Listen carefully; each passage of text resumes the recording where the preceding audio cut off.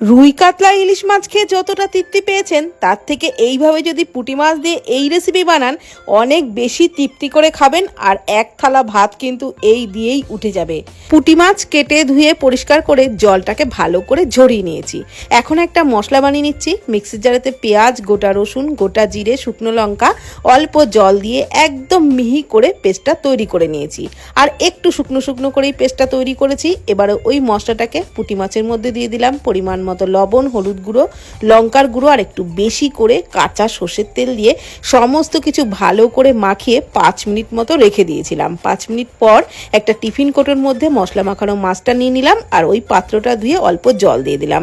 কয়েকটা চেরা কাঁচা লঙ্কা, ওপর থেকে আরও একটু কাঁচা সর্ষের তেল ছড়িয়ে ঢাকনাটা আটকে কড়াইয়ে অল্প জলের মধ্যে টিফিন কোটোটা বসিয়ে 15 থেকে 20 মিনিট মতো ভাপিয়ে নিয়েছিলাম মিডিয়াম ফ্লেমে।